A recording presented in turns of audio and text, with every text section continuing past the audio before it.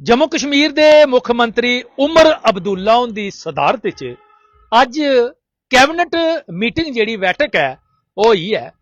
इस एक फैसला इबी लैता गया है कि आरक्षण के लिए एक कैबिनेट सब कमेटी जी है उसका गठन किया जाग जी इस मामले की देखो आरक्षण के मामले पर के नजर रखा करते हैं, लोग के आखा करते हैं या किन्ना आरक्षण जेड़ा है इस वेले अगर अस आंकड़े हिसाब लाचे तो किन्ना हो चुके दा है, रस्ता के है इस पर गलबात करा करने मेरे कने मेरे सहयोगी सैयद जुनेद आशमी और आशमी साहब जी ये दसो कि सरकार जी है उसने सब जी कैबिनेट सब कमेटी बनाई है। पहले मैं उसी के ऊपर बात करूंगा। हाँ जी, आगा सईद रूहुल्ला ने हाँ।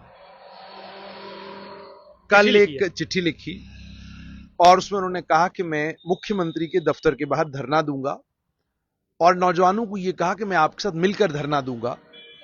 रिजर्वेशन को लेकर उन्होंने कहा रिजर्वेशन के खिलाफ मैं धरना दूंगा। एक बात तो समझनी होगी कि उमर अब्दुल्ला के लिए दिक्कत और परेशानी भारतीय जनता पार्टी बनेगी, विपक्ष बनेगा, वैसा अभी तक होता नजर नहीं आ रहा है। अभी तक होता यह नजर आ रहा है कि उनके लिए सबसे बड़ी चिंता और उनके लिए सबसे बड़ी दुविधा उनकी अपनी पार्टी के नेता हैं। पार्टी के नेता आगा सईद रूहुल्ला को अपनी कैपेसिटी और अपनी कैपेबिलिटी और जो उन्होंने असेंबली के चुनावों के दौरान नेशनल कॉन्फ्रेंस के लिए मैदान में उतरकर जो कैंपेन की, उस कैंपेन के नतीजे में जो जन सैलाब उबड़ कर आया और नेशनल कॉन्फ्रेंस को मैंडेट मिला और उसके बाद जन भावनाओं को घाटी की समझते हुए, यानी आम लोगों के मन और मस्तिष्क में घाटी में क्या चल रहा है उसको समझते हुए आगा सईद रूहुल्ला बड़ा सख्त स्टैंड जो है वो ले रहे हैं। अब जब उन्होंने कल वो सख्त स्टैंड लिया तो कैबिनेट मीटिंग कल होनी थी, ये जानकारी मिली थी और मुझे बड़ी हैरानगी होती है। बड़े वरिष्ठ पत्रकार हैं, बड़ी सूझबूझ रखने वाले पत्रकार हैं।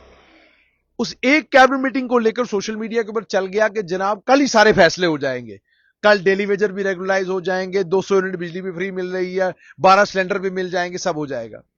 अफसोस होता है मुझे कि सोशल मीडिया के ऊपर जो पत्रकारिता हो रही है और सोशल मीडिया के ऊपर जो पत्रकार हैं, चीजों को लेकर उनकी गंभीरता कितनी है और फैसलों को लेकर उनकी समझ कितनी है उसका अंदाजा इसी बात से होता है। माइक उठाना और माइक उठाकर किसी चीज के ऊपर अपना ज्ञान देना आसान काम है, लेकिन सरकार की पॉलिसीज को समझना और सरकार क्या कर सकती है क्या नहीं कर सकती है, इन चीजों पर सटीक उनका आकलन करना यह हर एक के बस का रोग नहीं है। तो मेरी विनम्र विनती है, ना किया करें वो काम जो आपके बस का नहीं है, आप वही काम करें जो आपके बस का है। दूसरा, अब उमर अब्दुल्ला के लिए कल वो दिक्कत बन गई तो आज उन्होंने कैबिनेट सब कमेटी का ऐलान कर दिया। तो ये कैबिनेट सब कमेटी आगा सईद रूहुल्ला ने जो हंगामा मचाया है उसके नतीजे में आई है। अब आप देखिए कैबिनेट सब कमेटी बनाने से का मतलब क्या है।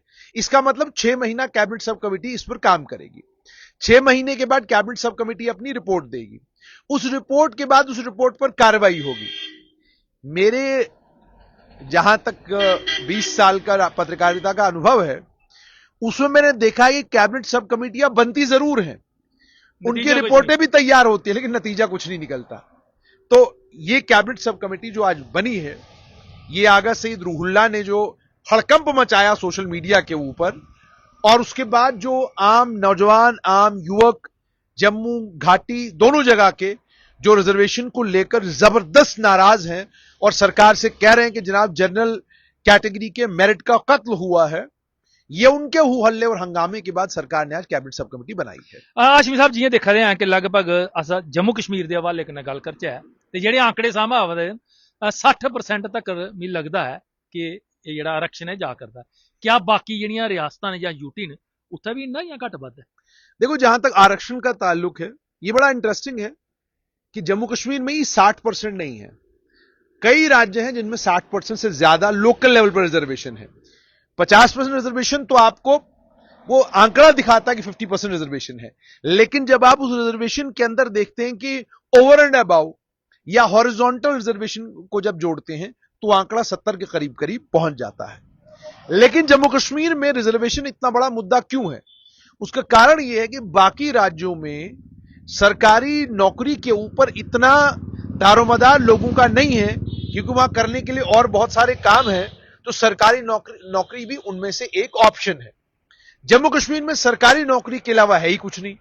मिसाल के तौर पे अब 20 करोड़ आबादी आपकी महाराष्ट्र की है। अब उस आबादी में से उनके पास मुलाजिम टोटल है 5 लाख, या मान लीजिए 8 लाख भी हो, तो 20 करोड़ के आबादी के 8 लाख मुलाजिम, 5 लाख मुलाजिम। आपकी आबादी 1.25 करोड़ है, सवा करोड़ के करीब करीब आपकी आबादी है। 1.25 करोड़ आबादी में से 5 लाख सरकारी मुलाजिम। अब अंदाजा लगाइए, 20 करोड़ 5 लाख और 1.25 करोड़ 5 लाख। कारण क्या? कारण ये, जितनी भी सरकारें जम्मू कश्मीर में रही, हर सरकार ने इंडस्ट्रियलाइजेशन का गाना जरूर गाया, लेकिन कुछ नहीं कर पाए। यही सरकारें पीछे थी साल 2016 तक, साल 2014 तक यही सरकारें थी, 2018 तक सरकारें थी यहां पर। अब आज आके रोना गाना करना, कहना जनाब 10 साल में क्या हुआ, 10 साल में क्या हुआ। छोड़िए 10 साल को, आप बताइए ना पिछले 64 साल में जम्मू कश्मीर में क्या हुआ। अगर आपने 64 साल में जम्मू कश्मीर में इंडस्ट्रियलाइज कर लिया होता इसको, तो लोगों का यहां रिलायंस या लोगों की यहां जो दारोमदार लोगों का सरकारी मुलाजमतों के ऊपर रहता नहीं। लोग सरकारी मुलाजमत आपसे मांगते नहीं, क्योंकि यहां पर प्राइवेटाइजेशन के नाम पर कुछ भी नहीं है, तो आपका दारोमदार सारे का सारा किसके ऊपर है? सरकारी मुलाजमतों के ऊपर। तो इसीलिए रिजर्वेशन को लेकर जम्मू कश्मीर में बवाल कट रहा है, और युवक ये कह रहे हैं कि जनाब 70% के करीब करीब आपने रिजर्वेशन पहुंचाई है। और रिजर्वेशन के बाद भी सुरेंद्र सागर जी, आपको पता होना चाहिए, कल आपकी 3 बच्चियों ने जो है, उन्होंने भी कॉम्पिटेटिव इम्तिहान में उतरना है। आप भी जनरल कैटेगरी में हैं, आपके पास भी कोई रिजर्वेशन नहीं है। गए थे आप ईडब्ल्यूएस, लेकिन वो ईडब्ल्यूएस भी आपका नहीं बनेगा। वो भी इसलिए नहीं बनेगा क्योंकि तहसीलदार की मर्जी नहीं है, पटवारी की मर्जी नहीं है। यही चीज है, क्योंकि ईडब्ल्यूएस तहसीलदार पटवारी की मर्जी पे बनता है। उसकी मर्जी है तो कानून आपके हक में है, उसकी मर्जी नहीं है तो कानून आपके हक में नहीं है। और ये भी है, डोडा में तहसीलदार है, वो कहता है कि बनाओ। जम्मू का तहसीलदार कहता है जनाब सारे कानून फॉलो करो। और मजेदार बात ये भी देखिएगा, आप रहते हो गांव में आपका घर है, फ्लैट पता ही किसी को नहीं गांव में क्या होता है। आप किसी गांव के आदमी को पूछेंगे ना फ्लैट, उसने कहना फ्लैट शहर में होता है, गांव में तो होता ही नहीं। ठीक है कि नहीं? तो कहने का मतलब यह है कि ईडब्ल्यूएस का ये हाल है। तो नतीजा ये निकला है कि अब जिस वक्त सिलेक्शन होती है, 100 पोस्टों पर अगर सिलेक्शन हुई, 70 तो चली गई रिजर्वेशन में, उसके बाद भी जो बाकी 30 बचती हैं, उन 30 में से भी 10 से 12 रिजर्व कैटेगरी के ही बच्चे ले जाते हैं। पीछे कितनी बची? जनरल को 18 पोस्टें लेता है जनरल कैटेगरी का बच्चा। हालांकि अगर देखा जाए, कानूनी तौर पर केवल 2 समुदाय हैं जो समुदाय डिजर्व करते हैं कि इनको रिजर्वेशन मिलना चाहिए। एक है शेड्यूल कास्ट, दूसरा है शेड्यूल ट्राइब, और उसके बाद तीसरा जो उन्होंने कैटेगरी बनाई है अदर बैकवर्ड क्लासेस। बस 3 कैटेगरी, चौथी कोई कैटेगरी अगर आप देखेंगे सामाजिक तौर पर जस्टिफाई नहीं होती। लेकिन फिर सरकार ने बनाई है कैटेगरीज ताकि लोगों को फायदा दिया जा सके along the line of control. क्या अब लाइन ऑफ कंट्रोल के ऊपर है वो आए, उन्होंने कहा कि जनाब हम पढ़ नहीं पा रहे हैं। इंटरनेशनल बॉर्डर के ऊपर लोगों ने कहा हम पढ़ नहीं पा रहे हैं। या इसी तरीके से कुछ और कैटेगरीज हैं जो आपने बनाई हैं। तो वो कैटेगरीज जितनी भी बनाई गई हैं, वो सरकार ने लोगों की भावनाओं को और लोगों के इमोशंस को ध्यान में रखते हुए वो कैटेगरी बनाई हुई है। वो कोई भी कैटेगरी इस बुनियाद पर नहीं बनाई गई है कि वो जो पैरामीटर है कैटेगरी बनाने के वो उसमें फॉल करते हो। ठीक है जी, ये स्थिति है। इसीलिए जम्मू कश्मीर का बच्चा ये कह रहा है कि जनाब इस रिजर्वेशन को आप कम करिए, बहुत ज्यादा है। आशमी साहब जियां तुसें दस्सिया कि SC ਜਾਂ ST ਜਿਹੜੀ कैटेगरी है ये है, बाकी ਜਿਹੜੀਆਂ न ਉਹ अपनी गै मर्जी कन्नै बनाई दियां न। मिगी भी कई बारी आरबी वाले जेडे न वो फोन करते रहते हैं कि आशमी साहब सारे वाली बक्की मगर पेदे रहते हैं, मसला क्या है? जो आपने आरबीए की बात की, आरबीए में जितने उन्हें भी बेचारे पता लगी है। रेजिडेंट ऑफ बैकवर्ड एरिया का जहां तक ताल्लुक है, मैं बड़ी सीधी मिसाल देता हूं। कहते हैं जब आपने मिसाल देनी हो घर से दो, बाहर से देने की जरूरत नहीं है। रेजिडेंट ऑफ बैकवर्ड एरिया का जहां तक ताल्लुक है, मैं कलिहान से आता हूं, मेरा गांव आज भी आरबीए है, और आरबीए सर्टिफिकेट मैं चाहता तो बनवा सकता था। ठीक है जी, लेकिन जब मैंने अपने पिताजी को कहा कि आप आरबीआई क्यों नहीं बनाते, आरबीआई अगर मेरे पिताजी ने बनाया होता तो शायद आज मेरी बहन केएस अफसर होती, आरबीआई अगर मेरे पिताजी ने बनाया होता शायद कुछ और लोगों को फायदा होता। मेरे पिताजी ने कहा resident of backward area certificate हम तब बनाएंगे जब आपने गांव में पढ़ा होगा। जब गांव के स्कूल में कभी आप गए ही नहीं, पढ़ाई कभी गांव के स्कूल में की ही नहीं, और तुमने पढ़ा क्या कहते हैं इंग्लिश मीडियम स्कूलों से, अच्छे स्कूल में तुम लोगों ने पढ़ाई की है, तो फिर मैं किसी गरीब का, किसी कमजोर का हक नहीं खा सकता। वो जो बेचारा गांव में रहता है वो उसी का हक है, मेरा हक नहीं है। मेरे पास अच्छा खास आरबीआई में अफसर बने हैं, लेकिन वो आरबीआई में फॉल नहीं करते। अब इससे बड़ी बेईमानी क्या है कि आप आरबीआई नहीं है, लेकिन आपने सरकारी मुलाजमत हासिल करने के लिए की बुनियाद पर आप आ गए सरकारी मुलाजमत में। क्या सुरेंद्र सागर जी, और उसके बाद मुझे अफसोस ये होता है, ये फर्जी आरबीआई वाला जिसने फर्जी आरबीआई बनाकर सरकारी मुलाजमत ले ली, जब ये लेक्चर झाड़ता है ना कहीं पर खड़ा होकर ईमानदारी पर, ऑनेस्टी पर, और बड़ी बड़ी बातें करता है, तुम तो क्वालिफाइड ही नहीं थे। तुम तो आरबीआई की वजह से आए हो। अगर आरबीआई नहीं होती तो तुम आते ही नहीं। अगर आप काबिल होते और आप ईमानदार आदमी होते, आप कहते जनाब मेरा आरबीआई नहीं बनता, मैं जनरल कैटेगरी में हूं, मैं जनरल कैटेगरी में ही कंपीट करूंगा और जनरल कैटेगरी में बनूंगा मैं।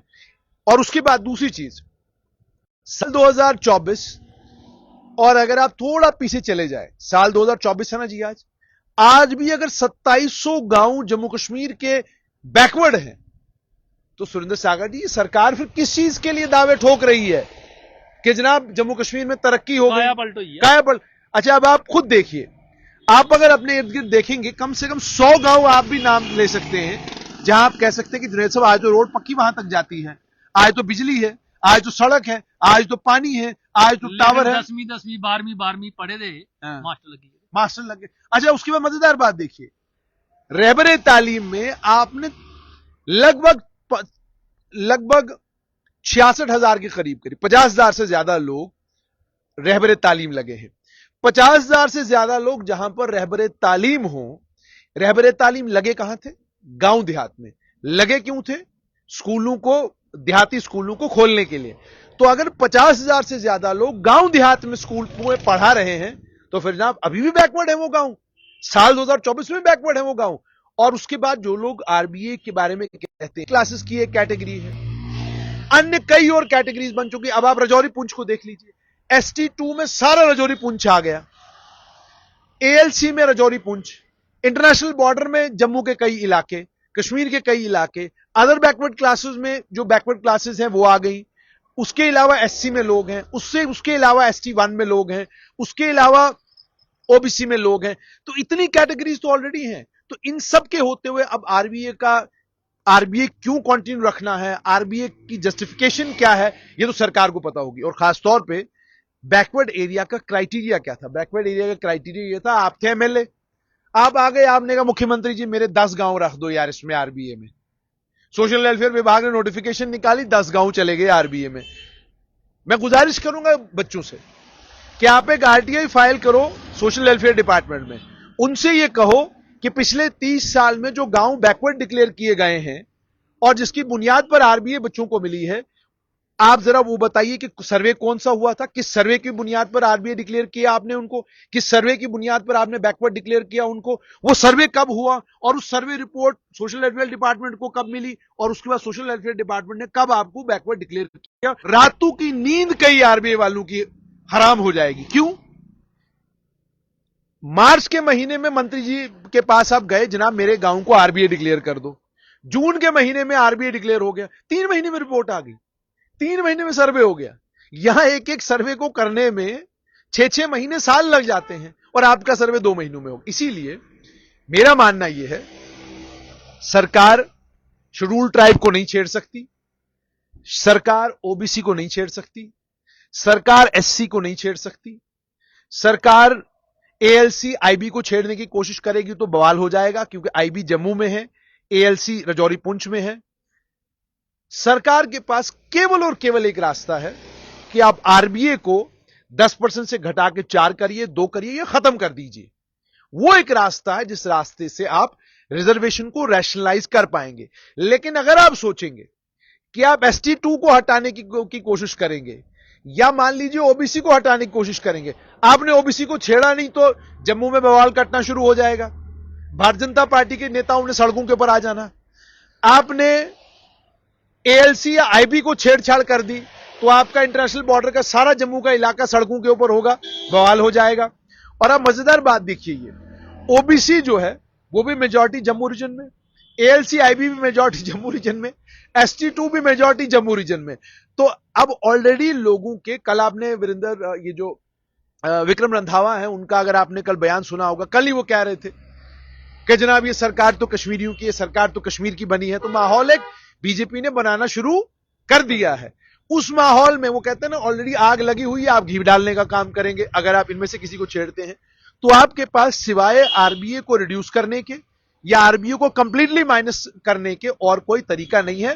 और अगर आप डिस्पैशनेट तरक्की को ध्यान में रखते हुए अगर आप फैसला लेना चाहें तो एक ही फैसला आप ले सकते हैं कि आप RBA को मुकम्मल तौर पर खत्म करें। रही बात ST1 या ST2 को छेड़ने की, वो दमखम सियासी जमातों में नहीं है। उसकी वजह है, अगर आपने ST2 को रैशनलाइज करने की बात की तो ST2 वाले कहेंगे पहले सेंसस कराओ, हमारी आबादी जब कम निकलेगी तो कम कर देना। और उसके बाद वो कहेंगे कि ST1 की आबादी कम है, तो एक नई लड़ाई शुरू हो जाएगी रजौरी पुंछ में। क्योंकि देखो, पहाड़ियों का यह कहना है कि गुजर बकरवाल कबीला की आबादी हमसे कम है, गुजर बकरवाल कबीला के लोगों का कहना है कि पहाड़ियों की आबादी हमसे कम है। यह लड़ाई तो ऑलरेडी है। कल जिस वक्त आपने ST1 ST2 में से किसी को छेड़ा तो होगा क्या, बवाल कटेगा। और आप उस ST2 की रिजर्वेशन सबट्रैक्ट कम कैसे करेंगे जिस ST2 ने आपको अभी वोट दिया है। और कौन ST2? जिन्होंने बाजाब्ता वादा किया था, जिन्होंने बाजाब्ता हमारे कैमरों के ऊपर आकर, टेलीविजन चैनलों के ऊपर आकर कहा एहसान का बदला एहसान से देंगे। और जब एहसान का बदला एहसान से देने की बारी आई, 2-2.5 लाख वोट जो है उसमें से पड़ा है भारतीय जनता पार्टी को, लेकिन बाकी सारा वोट नेशनल कॉन्फ्रेंस को पड़ा है। तो जब आप पहाड़ियों के दमखम पर 7 सीटें जीतकर आपने 9 में से 8 सीटें आपने जीती हैं ST2 की, तो जब ST की 9 में से 8 सीटें आपने जीती हैं तो आप कैसे रिस्क लोगे, आप कैसे उनका रिजर्वेशन काटोगे? और अगर आपने काटी तो होगा बवाल। तो इसलिए फॉर ऑल प्रैक्टिकल पर्पसेस, बहुत सारे लोग मेरी बातों से नाराज भी होते हैं, लेकिन जो देखता हूं वही कहने का आदी हूं। वो जो देखता हूं, अब जो मुझे दिख रहा है वही मैं कह रहा हूं। मैं ये कह रहा हूं कि आपने कैबिनेट सब कमेटी बनाई है या कोई और सब कमेटी बनाई है, कोई भी सब कमेटी आपको ये एडवाइस नहीं करेगी कि आप ST2 को छेड़ो, ST1 को छेड़ो। कोई भी सब कमेटी आपको ये एडवाइस नहीं करेगी कि जनाब आप SC का कम करो, OBC का कम करो, ALC का कम करो। सब आपको आखिर में यही करेंगे कि जनाब आप अब चूंकि, और जब ऑफिसर्स की बात आएगी उनका इनपुट रहेगा, वो ये कहेंगे कि सर RBA तब तक जस्टिफाइड था जब तक OBC नहीं था। सर अब OBC आ चुका है और रजौरी पुंछ सारा रिजर्व हो चुका है, तो आप इसके बाद भी ST2, इसके बाद RBA को रखने का कोई मतलब नहीं बनता। मुझे लगता है यही एक रास्ता है जिस रास्ते से आप रिजर्वेशन को रैशनलाइज कर सकते हो, बाकी कोई रास्ता नहीं है। मगर अब मेरी गुजारिश ये है, अब कैबिनेट सब कमेटी बन गई, अब सवाल यह है कि क्या रिक्रूटमेंट तब तक रोकी जाए जब तक कैबिनेट सब कमेटी की रिपोर्ट आती है? आपका अपना अंदाजा क्या कहता है? तो हमें लगता है कि अगर हम आज कह दें कि जनाब कैबिनेट सब कमेटी की रिपोर्ट जब तक नहीं आएगी तब तक हम सारी रिक्रूटमेंटें रोक लेते, सही होगा? नहीं, ये तो फिर बवाल और बची आगना। कितना टाइम लगना, तुम्हें कितना लगता कितना टाइम लगना कैबिनेट? देखो, सब कमेटी की ਜਿਹੜੀ ਰਿਪੋਰਟ ਆਉਣੀ ਹੈ, ਮੈਨੂੰ ਲੱਗਦਾ ਕਿ ਸਾਲ ਕੋਲ ठीक, ਤੇ ਜੇ साल तक तुम्हें सारी रिक्रूटमेंट रोकी हुई तो ਉਹਦੇ बाद फिर क्यों ना, यानी साल तक अगर आप रिक्रूटमेंट या 3 महीने भी अगर आप रिक्रूटमेंट रोकते हो तो वो सारे बच्चे जो आज एलिजिबल हैं कल वो ओवर एज हो जाएंगे, फिर क्या करोगे आप उस वक्त? आपकी तो इतनी हिम्मत नहीं पड़ी कि आप कंबाइंड कॉम्पिटेटिव एग्जामिनेशन में अपर एज लिमिट 40 साल तक ले जाते। आप तो अभी तक कांस्टेबल को नहीं देती, हाली तक एज रिलैक्सेशन नहीं दे पाए, आप तो PSI को एज रिलैक्सेशन नहीं दे पाए। आपने कह तो दिया, वादा तो कर दिया, पर मैं भी जानता हूं, आप भी जानते हैं, मोहर कहां लगनी है जी? मोहर कहां लगनी है? मोहर लगनी है लेफ्टिनेंट गवर्नर के पास, ताकतें उनके पास हैं। तो जब मोहर लगानी है लेफ्टिनेंट गवर्नर ने तो आपके दफ्तर से फाइल वहां जाएगी, वहां पर भी फाइल पर सोच विचार होगा, और अगर उनको लगेगा कि आपकी डिमांड जस्टिफाइड है, जेन्युइन है, तो वो दस्तखत करेंगे। नहीं लगेगा तो क्या होगा? वापस भेजिए। इसीलिए मैं कह रहा हूं कि जहां तक रैशनलाइजेशन ऑफ रिजर्वेशन का ताल्लुक है, कैबिनेट सब कमेटी बनी है, कैबिनेट सब कमेटी अपना काम करे, लेकिन तब तक जो ऑलरेडी रिजर्वेशन है क्राइटेरिया है, उस क्राइटेरिया के मुताबिक रिक्रूटमेंट जारी रहनी चाहिए। रिक्रूटमेंट को रोका नहीं जाना चाहिए, क्योंकि अगर आप रिक्रूटमेंट रोकेंगे, इसका सीधा सीधा नुकसान जो जम्मू कश्मीर के बच्चों को होगा। और अगर आप चाहते हैं कि जनरल कैटेगरी के मेरिट का कत्ल न हो, तो आपके पास एक बिल्कुल साधारण रास्ता है। लेफ्टिनेंट गवर्नर को आप एक रिपोर्ट बनाकर भेजें, वो आपके सोशल वेलफेयर डिपार्टमेंट के सचिव बनाकर भेज सकते हैं कि जनाब जिस मकसद के लिए आरबीए बनाया गया था, ओबीसी आने के बाद और एसटी2 आने के बाद और एएलसी और आईबी को कंटिन्यू रखने के बाद अब कोई रीजन नहीं है कि हम आरबीए को कंटिन्यू करें। तो सरकार की तरफ से हम आपको रिकमेंड करते हैं कि आप आरबीए का जो 10% है उसको कंप्लीटली खत्म कर दें, और जो ही आप 10% खत्म करेंगे तो आपकी रिजर्वेशन 50 पर आ जाएगी। तो इससे रैशनलाइज भी हो गया और बच्चों का हार्टबर्न भी खत्म होगा। लेकिन कहानी वही है कि आरबीए वाले सुबह शाम फिर मुझे गालियां देते रहेंगे, तो मैं वो सुनने के लिए तैयार हूं, पर सच कड़वा है। सच यही है कि लोगों ने बेईमानी के साथ आरबीए बनाकर आरबीए का फायदा लिया है। और दूसरी कैटेगरी ईडब्ल्यूएस, बड़ी मजेदार कैटेगरी है। ये तहसीलदार के मूड के ऊपर है, बिल्कुल पटवारी के मूड के ऊपर है। खास कोदा पटवारी, खास कोदा है पटवारी। मैं देखा था अपने ग्राम में, देखा था हाँ। जिंदा पटवारी खास है हाँ। उनका ईडब्ल्यूएस बना था, ठीक। पर जिंदा नहीं खास है। और मैं लगा दा अगर मैं भलवाल तहसील की गल करा, जिला जम्मू की, ज्हारें की सब जिहड़ियां एप्लीकेशन उत्थे लगी दियां न, लेकिन सारे अफसर मिल जांगन, लेकिन पटवारी और जिहड़े न वो साइन नहीं करते। ये आप खुद सुन लें। तो जब ये हाल है, इसीलिए मैंने आपको कहा ना। और बच्चे बनवाते क्यों हैं ईडब्ल्यूएस? मुसीबत ये है, जब आपने रिजर्वेशन को इतना दे दिया, अब बच्चे देखते हैं नौकरी मिलने का तरीका क्या है। वो कहते हैं जनाब बाकी कोई तरीका नहीं है, तो ईडब्ल्यूएस के जरिए ही नौकरी ले लो।